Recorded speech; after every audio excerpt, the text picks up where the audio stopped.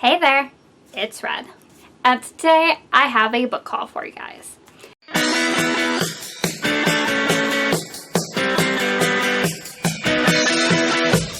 The first one is All the Bright Places by Jennifer Niven, which has been making its rounds lately on BookTube, but the reason I bought this was because Cassie from Miss Sassy Cassie loved this book so much and she kept recommending it to me, so I bought it and I read it, and I did not cry like she did or like most people seem to have done on BookTube, but I really enjoyed it. I didn't have the attachment and the investment like a lot of people seem to have had, but I still really liked this book.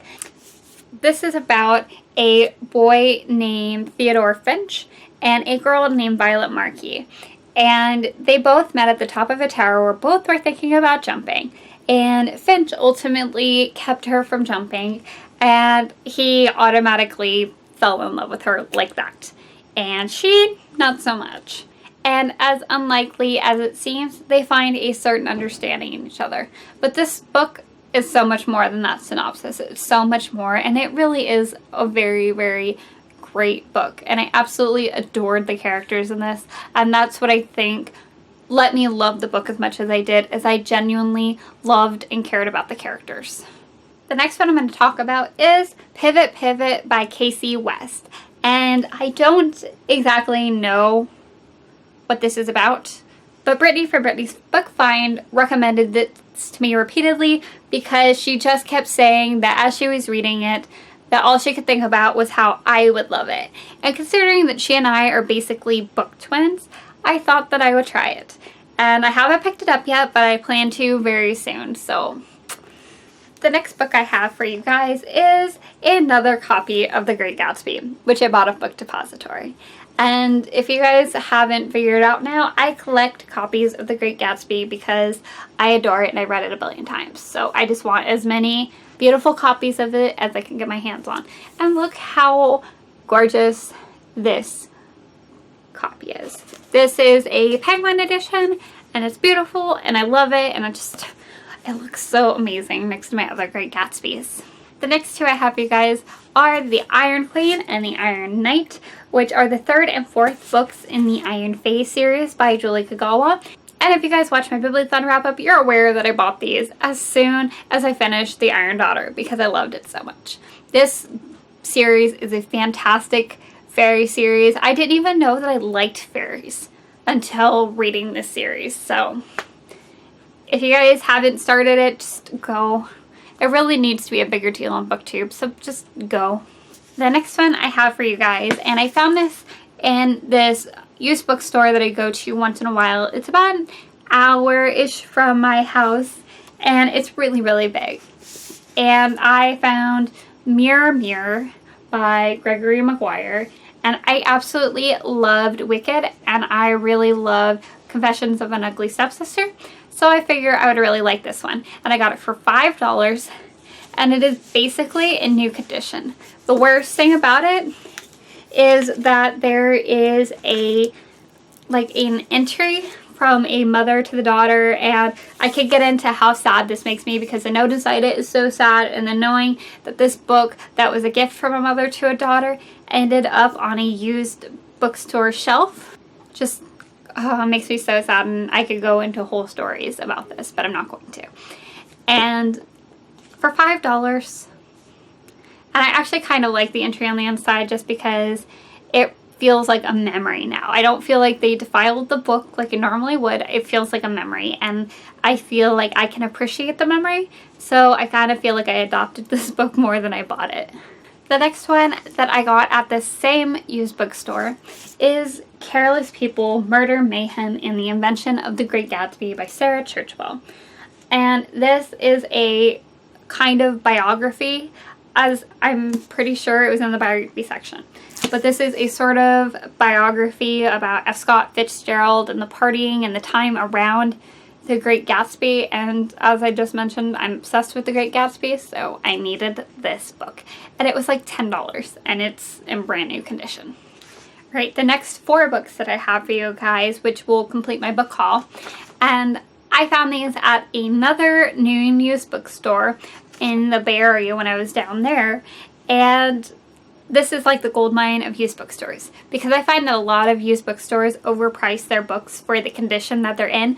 This is exactly what I look for when I go to a used bookstore. The first one that I found was the Storyteller by Jodi Picoult, and the reason I only have the dust jacket is because I'm currently buddy reading this with Molly from Molly Leakovich. I'm sorry if I mispronounced your name. And I'm buddy reading it with her. And I got this for $9 in hardcover. It's like almost $19 on Amazon for a hardcover of this book, and more expensive if you shop anywhere else. So the fact that I got this for $9 was a total steal. And it's seriously in brand new condition. There's absolutely nothing wrong with it. The next one I found for $10, and his books in hardcover are expensive, which is why I always usually wait for them to come out in paperback. And that is The Good Luck of Right Now by Matthew Quick. And as you guys know, Matthew Quick is my favorite author. He wrote Silver Linings Playbook and Sorta Like a Rockstar, and I love him. But I never have any of his books in hardcover because adult hardcovers tend to be more expensive in general, and his books are definitely more expensive. But I bought this for $10, and it is in brand new condition. So I'm happy. The next book I found at this bookstore is The Light Between Oceans by M.L. Stedman. And I don't actually know anything about this book, but I've always thought that the cover is gorgeous, and we all know how much I love awesome covers. But I've heard amazing things about this book, and for $10, again, I couldn't pass it up because I know this book is more expensive, and I think that that's why I haven't purchased it before, because I'm on a budget.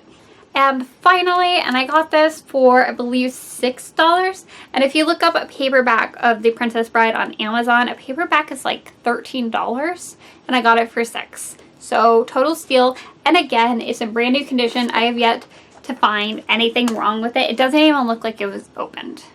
There's no cracks on the spine, there's no wear, nothing. It's like somebody bought it and then gave it to a used bookstore. But I love The Princess Bride. I loved the movie, and then a long time ago I read the book. I had checked it out at my library, and I adored the book, even though it's really weird. I mean, technically it's like the movie, but it's different, and it's really, really weird, and the ending is really, really weird. But I loved it. And ever since then, I've wanted to own it, but I tend to forget about it. And when I happen to see a section of this particular book, most were new, I found this movie tie-in copy for $6. And I had to get it. I had to get it.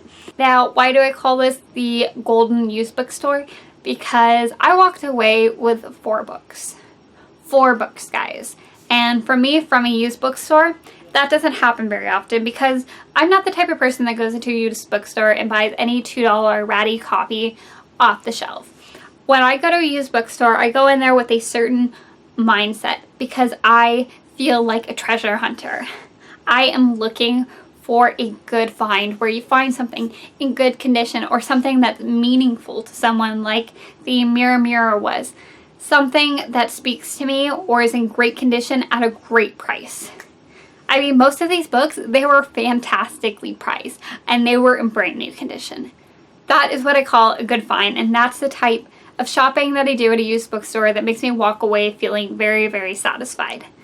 And that's what I look for when I go into used bookstores, and knowing that all it took was you digging through the shelves to find it, it's a great feeling. Anyway, that was my haul. Let me know if you've read some of those books, if you liked them, if you plan on reading any of these books. I know that I plan on reading them soon. I'm already trying to plan up where they are on my TBR. Alright, I guess that's it. Why does this feel so awkward sometimes?